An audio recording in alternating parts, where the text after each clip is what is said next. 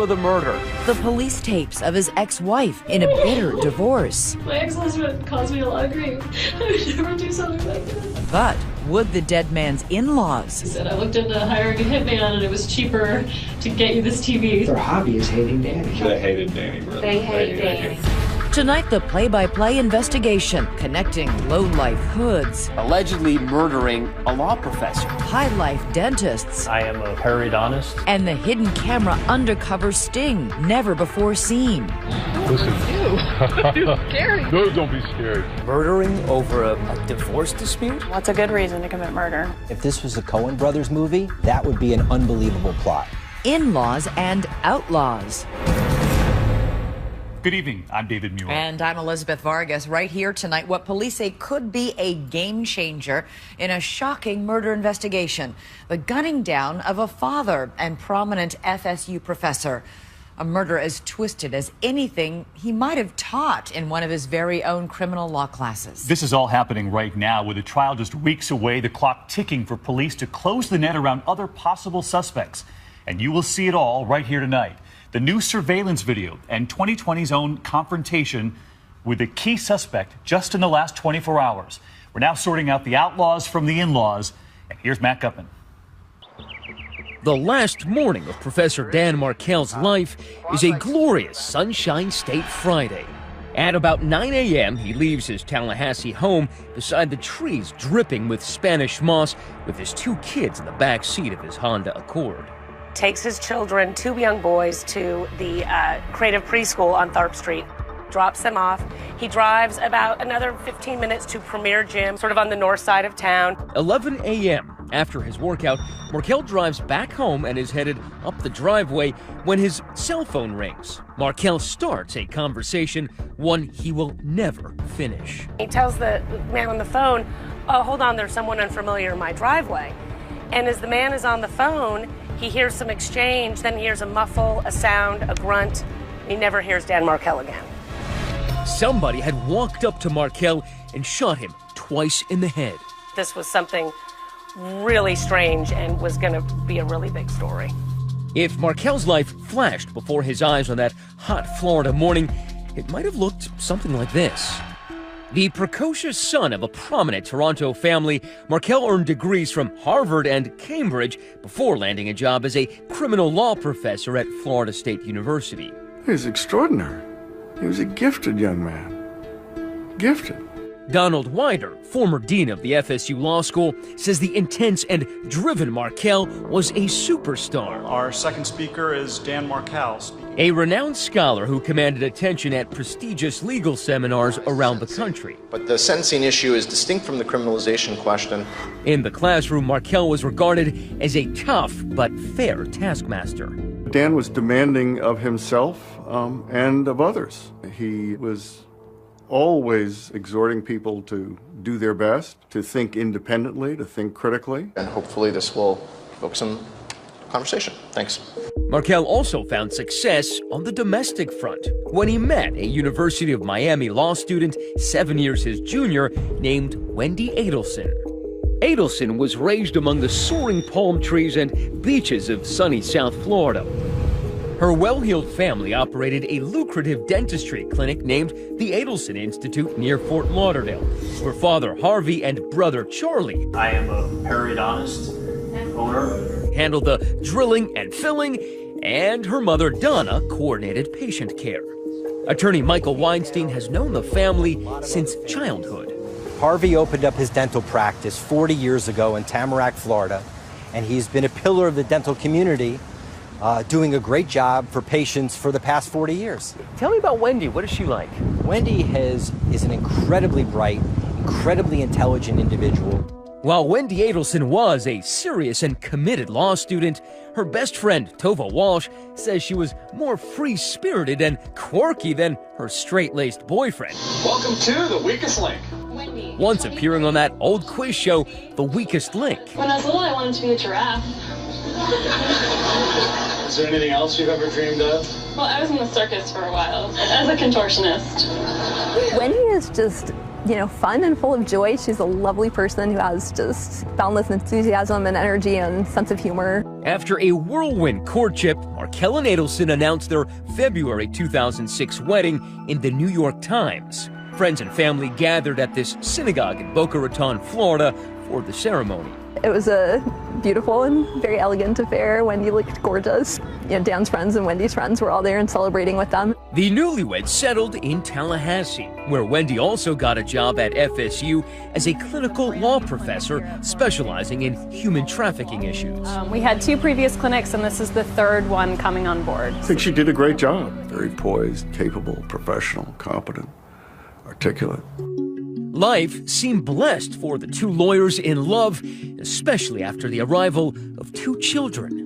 To their many friends in the Tallahassee area, like Alex and Maya Greenberg, it seemed like Dan and Wendy had it all. We went to dinner once at their house, and we left kind of going like, almost oh my feeling God, inadequate. like because they were dancing and singing and happy, and they're just very affectionate. I mean, they called each other the Bears. Mr. Bear was Danny and Yeah. Mrs. Bear was Wendy, and that was their thing.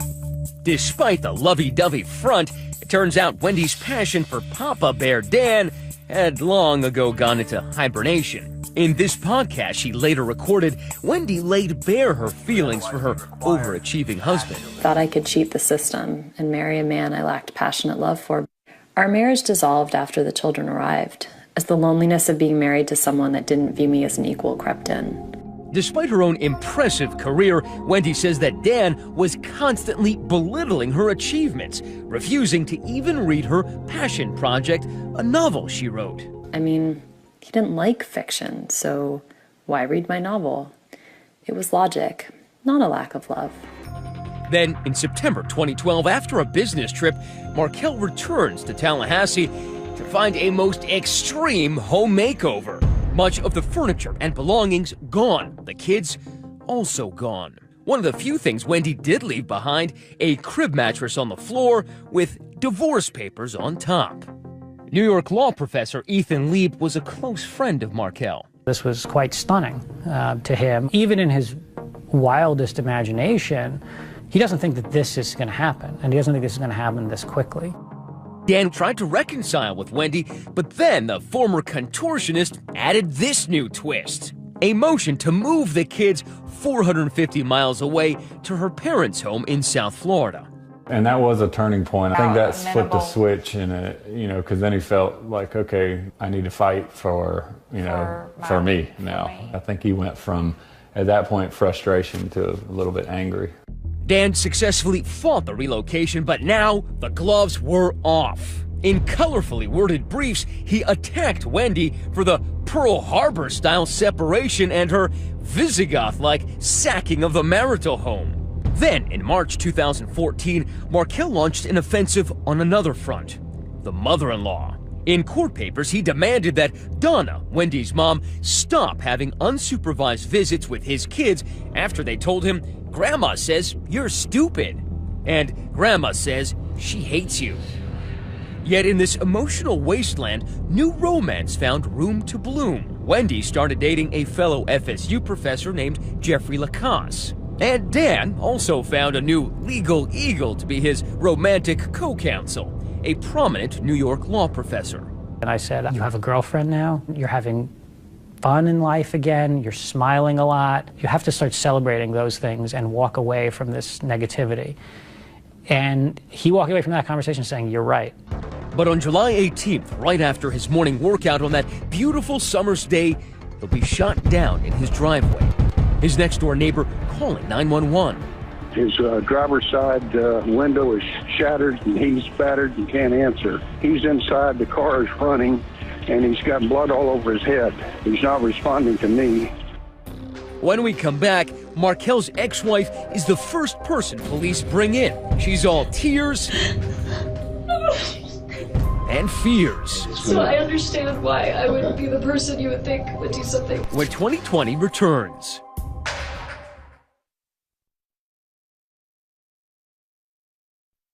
The mysterious killing of a prominent law professor. Murdered execution style. Shot and killed inside his home. Even by Florida standards, the shooting of law professor Dan Markel is a shocker, a brazen assassination. that has residents of his prosperous Tallahassee neighborhood quaking in their tasseled loafers. It's absolutely not the kind of neighborhood where you would ever see something like this happening at 11 a.m. on a Friday morning. The scene on Trescott Drive, grisly. Markel shot twice in the head, breathing, but barely alive. So far, there are no good leads. He was shot in his quiet Benton Hills neighborhood. It would seem like this broad daylight shooting, and whoever had done it was gone. Markel is rushed to a local hospital. The cops soon locate ex-wife Wendy Adelson, who is still living in Tallahassee. They take her into this interview room where they tell her what happened. There was a shooting at your ex-husband's home. Daniel, all right, has been taken to the hospital. He's not going to survive. Oh my God. Okay?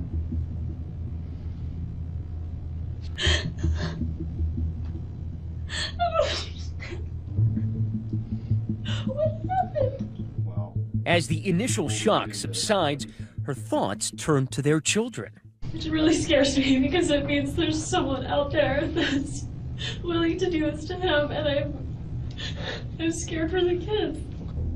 Maybe she should be scared for herself. Cops take a hard look at her as a possible suspect. She is the ex-wife, after all. Snapping a photo, swabbing her hands for evidence of gunshot residue. Can I have your phone now? Taking her cell phone, turning her minivan inside out. My ex-husband caused me a lot of grief. I would never do something like this. I know.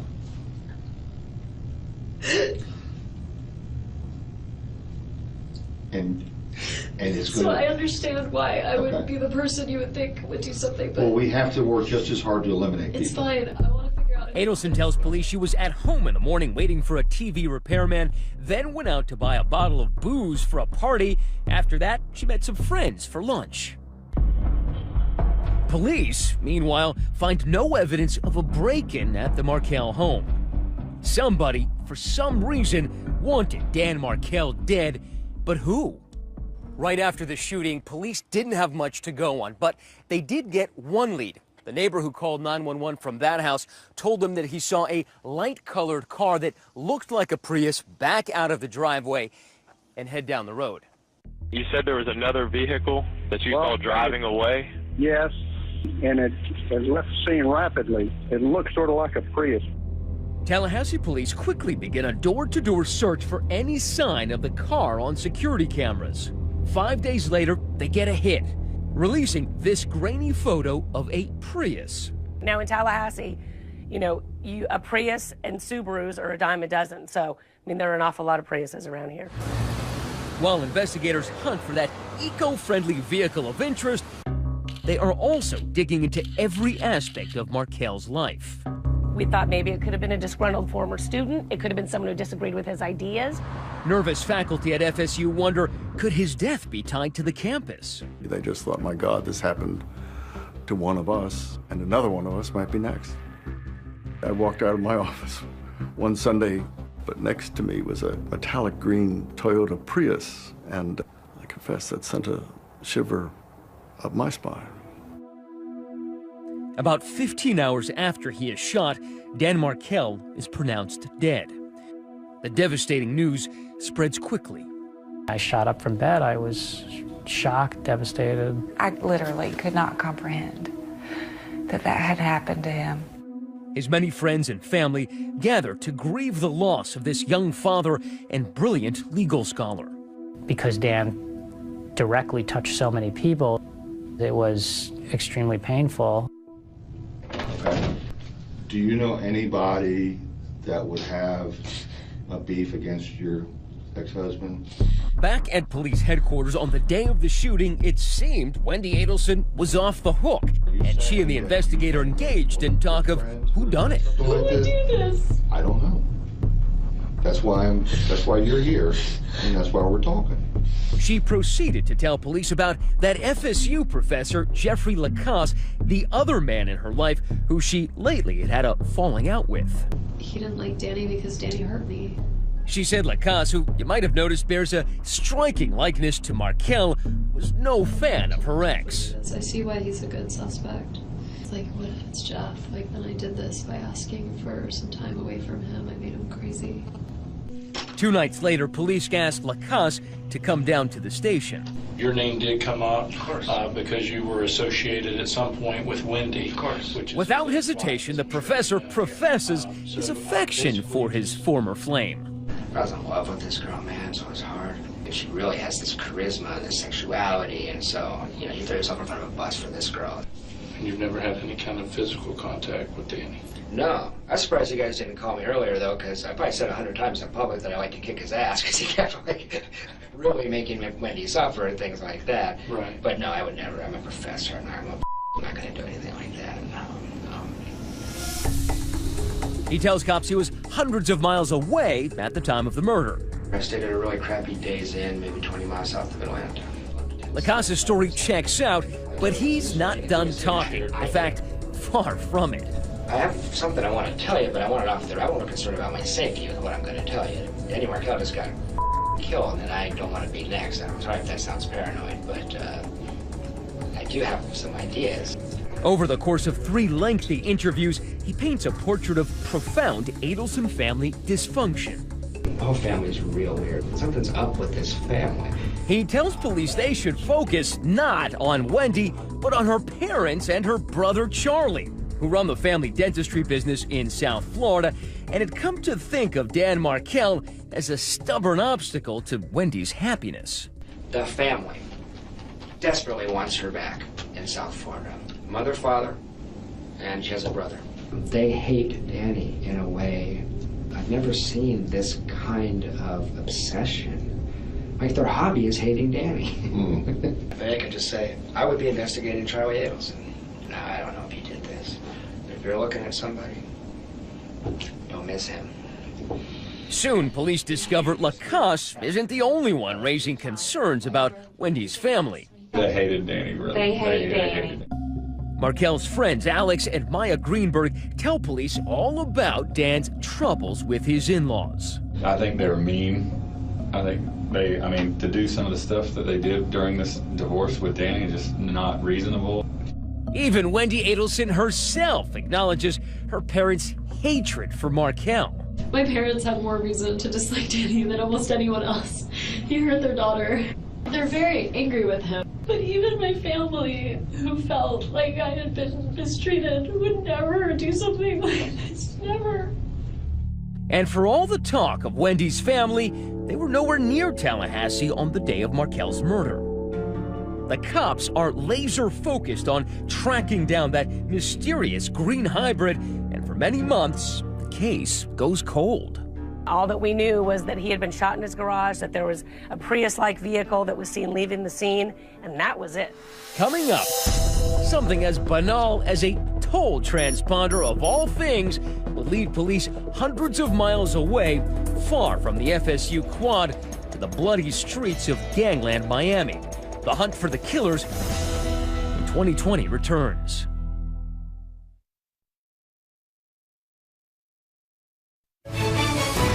'20 continues with more of In-Laws and Outlaws. May 2015. It's been 10 months since the murder of Dan Markel. His ex-wife Wendy Adelson and their 2 kids have moved to trendy, tropical South Florida. Wendy has started a new chapter in her life, enrolling in a creative writing class. 10 months ago, someone killed the father of my children. Listen to this podcast recorded for the class as Wendy, in a deadpan delivery, first describes the demise of her marriage and then her ex. First we got divorced, and then he got murdered. In casual conversations, I don't know whether to call him my ex-late spouse or my late ex-spouse, except that late ex-spouse sounds like latex spouse. Wendy may be talking about Dan Markel's death, but his grieving parents have never spoken publicly. They asked their attorney, Orrin Snyder, to talk to 2020 on their behalf. How important is it for them, for authorities, to find Markel's killer? Well, I would say it's impossible for them to move on until the killers and all those responsible for this brutal murder are held accountable. With the Markells fully behind them, the police leave no stone unturned in their efforts to get more information on that green Prius that a neighbor saw leaving the scene of the crime. Police have already looked at every security camera in the area, but then an enterprising investigator decides to check out the cameras installed on the city buses. Bingo! They find this video of what they believe is the suspected green Prius. Although you can't see the driver or read the license plate, police do have one tiny clue. Seen in the windshield of the Prius is a toll transponder. It's a strong indication that the killers weren't from Tallahassee because there are so few toll roads surrounding the city. Police then pull the toll records for all of the Priuses heading into the Tallahassee area around the time of the murder. When police pulled those toll records, it led them here to this hole-in-the-wall rental agency here in Miami that rents mostly hybrids. Now, inside, a contract was signed leading police to the men who rented that green Prius. Here's the eureka moment, the rental agreement. It shows the Prius was rented by a man named Luis Rivera. Using the listed cell phone number, police are quickly able to confirm Rivera's identity, and it turns out he is very well known to authorities. Police say Rivera is a leader in the notorious Latin Kings gang. Latin King organization are a very serious threat to the community. They have been known for armed robberies, homicides, home invasions, carjackings. This undercover detective with the Broward County Sheriff's Office has to keep his identity disguised. This is a very tough neighborhood. As you can see, it's one way in, one way out. He took us into the heart of Rivera's stomping grounds, where he was known by the moniker King Tato. He was the first crown, which is the leader for the North Miami Beach chapter of the Latin Kings. Of course, he'd be the main one giving the orders out, knowing everything exactly that's going on.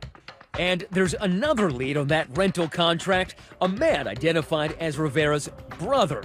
The listed cell phone tracks back to this man, Sigfredo Garcia of North Miami. Garcia is no gangbanger, but he is a childhood friend of Rivera's who's also had numerous run-ins with the law. Having both men's cell phone numbers is like hitting the jackpot for investigators. Every ping on a cell phone tower, every call, every text yields a play-by-play of their movement.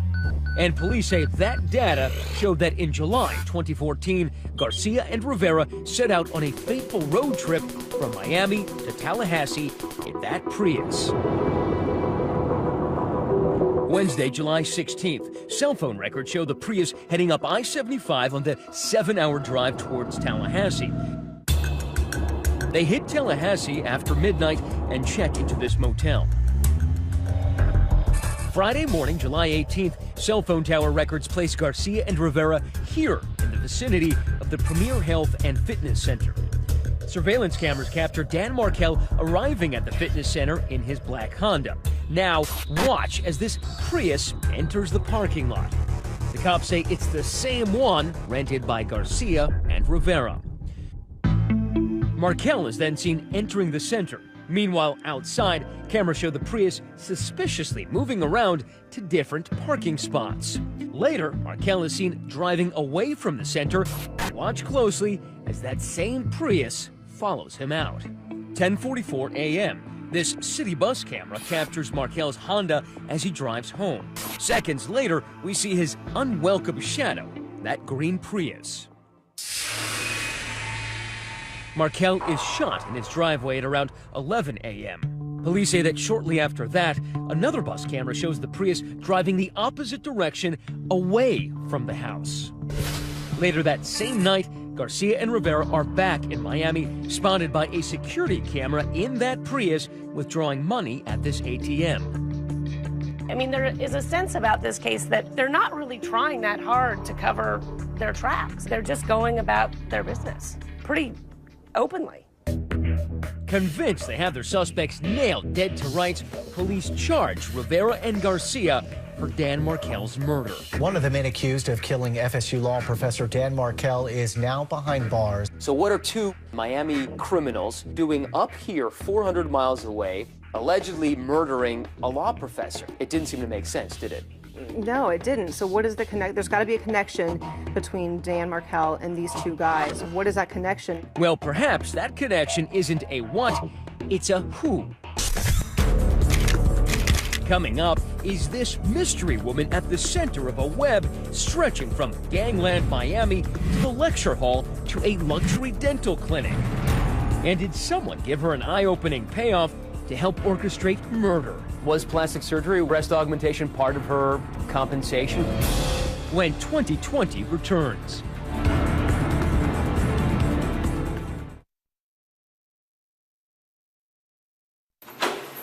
Two years after the cold-blooded killing of Dan Markel, finally a huge step forward in this case. Two South Florida men, Sigfredo Garcia and Luis Rivera, are charged with Markel's murder. Both have pleaded not guilty. It's a dramatic breakthrough in the case, to be sure, but anchor Abby Maurer of ABC 27 News says there's still a huge unanswered question. Sigfredo Garcia and Luis Rivera down in Miami, what do they have to do with Tallahassee? What do they have to do with Dan Markel? What is the relationship between them? Answer? None. Police can imagine only one motive for these two known felons to whack a noted law professor: money. We can provide additional information regarding this investigation. This June, police say they've finally cracked the mystery. In a stunning twist, police say they've linked the two alleged killers to none other than Wendy Adelson's family, who run that successful dental clinic. And it just so happens that someone who's on the family payroll is linked to the accused killers. It's this woman, Catherine Magbanua. Now, get this, she's the mother of Garcia's two children. And police discover she is dating Charlie Adelson, Wendy's brother. Well, it's a heck of a coincidence. It is a heck of a coincidence. State Prosecutor Georgia Kappelman says investigators believe the plot was hatched because the Adelsons were desperate for Wendy and the kids to move down to South Florida.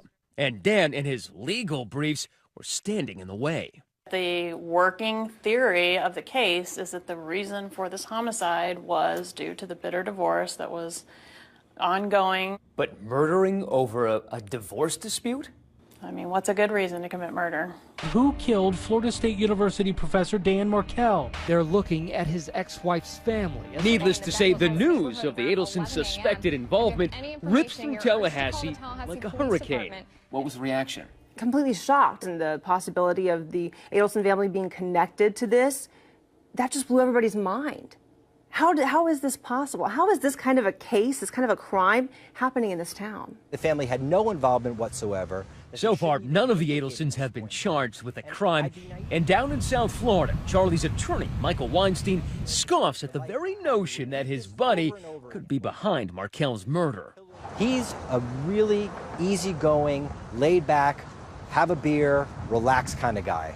Did Charlie Adelson have anything to do with Markel's murder? No. He's being looked at because of the fact that he had a dating relationship with Catherine. I'd be naive to sit here and say that there's not a connection because Catherine worked at the Adelson Institute. However, there's no evidence that he solicited any type of murder. None. But there is an almost uncanny connection that the people who were there right at the time of the murder in a car that sure looks like the car that was seen leaving the crime scene is traced back to a man named Garcia, who is the baby daddy of his current girlfriend at the time. And if this was a Coen Brothers movie, that would be an unbelievable plot.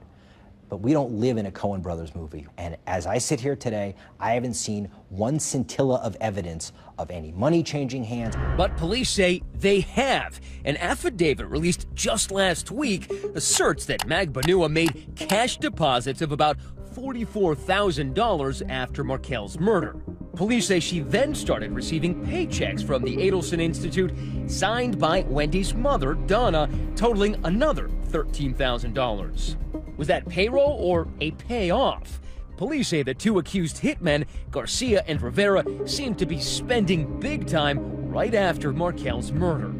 And they both made some cash purchases of some vehicles, motorcycles, and that kind of thing after the homicide. Sam Zangane is Garcia's attorney. Where did he get the money to buy the toys that he allegedly bought because he got money for the murder? Well, I don't think he got it from Charlie Adelson, I'll tell you that. Where'd he get him from? I don't know.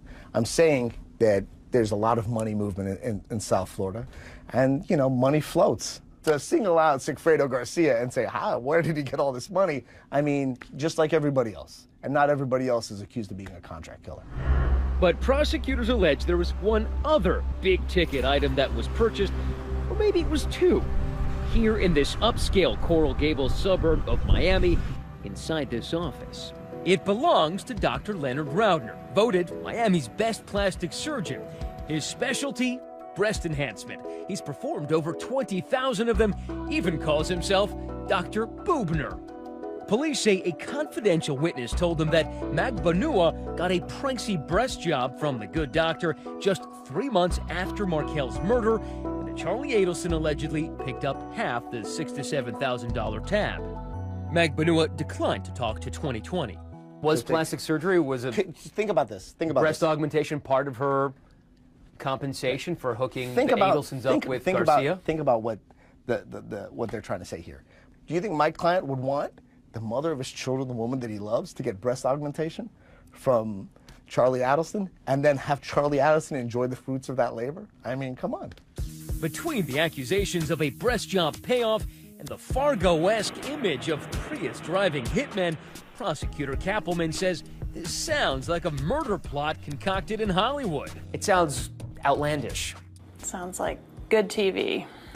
You might think so too, so stay tuned because the cops are about to produce some must-see video of their own starring the mother-in-law. She's going to be wearing green, black, and white top.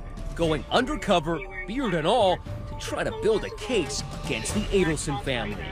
Excuse me, Mrs. Adelson? How you doing? Just want to give you this.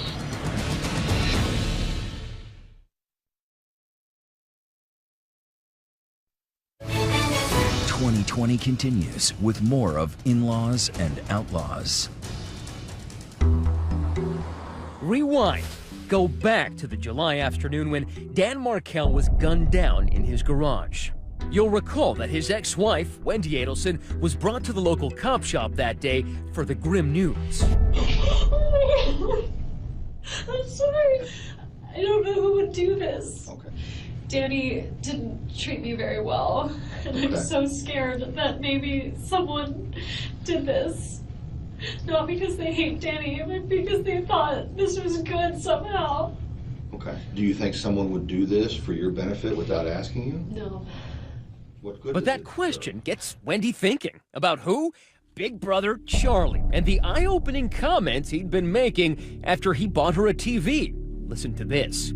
You know, it was always this joke. He said, I looked into hiring a hitman and it was cheaper to get you this TV. It was my divorce present. Okay. Such a horrible thing to say. Well, do you think that this guy Charlie would even be capable of doing something like this? No. It's just talk. He's the Joker. Okay. But by the time Wendy related the story to her boyfriend, Jeffrey Lacasse, he says there was nothing funny about it. Remember, he planted the seed, telling police how much the Adelsons hated Markel. Here's how he remembered it. She told me that Charlie had looked into having Danny killed in the summer of 2013. She meant it dead serious. Said it would cost about $15,000. $15,000? That's right.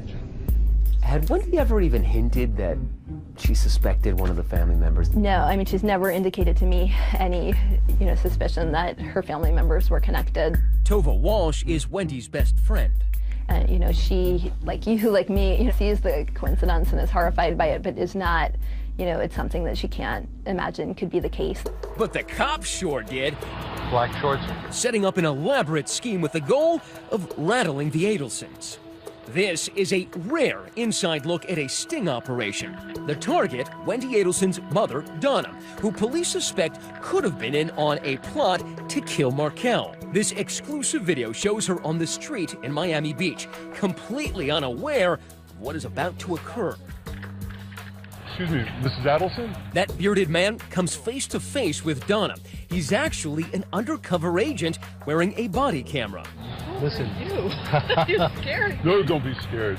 Delivering a veiled threat, he's posing as the brother of Luis Rivera, one of the alleged hitmen. He's pressing Donna for payment for services rendered. And I want to let you know that my brother, he helped your family with this problem you guys had up north. He's going through some rough times, and we want to make sure that you take care of what he's going through. Donna's response is barely audible.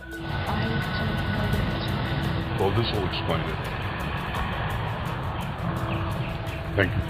She has the paper. They're walking away. The bait is set. Inside that envelope, police say, is a press release about Dan Markel's murder, a phone number, and a demand for $5,000. But was Donna hooked? All right, you see broke contact. She's heading away. She's crossing the street. To Sigfredo Garcia's attorney, the video only proves that the investigation has become a fishing expedition. Why else would they do something like this? Because they want to catch lightning in a bottle, because they don't have that yet. But police say the ruse works. The sidewalk squeeze sets off a flurry of jittery phone calls and conversations between the Adelsons, Magbanua, and the alleged hitman, Sigfredo Garcia, all secretly recorded by law enforcement. They discussed paying the money, but never do. According to police documents, Charlie considered something else, getting the mysterious messenger out of the picture permanently. Allegedly telling Catherine, you better kill him because he's going to be a big problem. If you can't do it, I'll have someone else do it. Will all this be enough for police to finally pin charges on the Adelsons? And are they headed from the penthouse to the big house? Stay with us.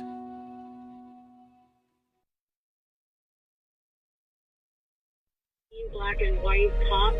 For police, the undercover sting in April was the icing on the cake in their 2-year quest to bring those behind Dan Markel's murder to justice. We want to make sure that you take care of what he's going through.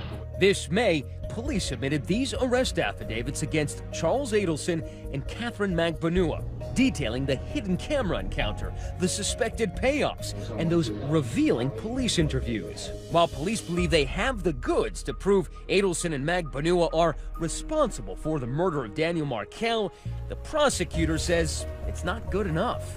I don't have evidence to charge the Adelsons. I can't go on TV and accuse them of murder without that evidence. And right now, I don't have sufficient evidence to do that.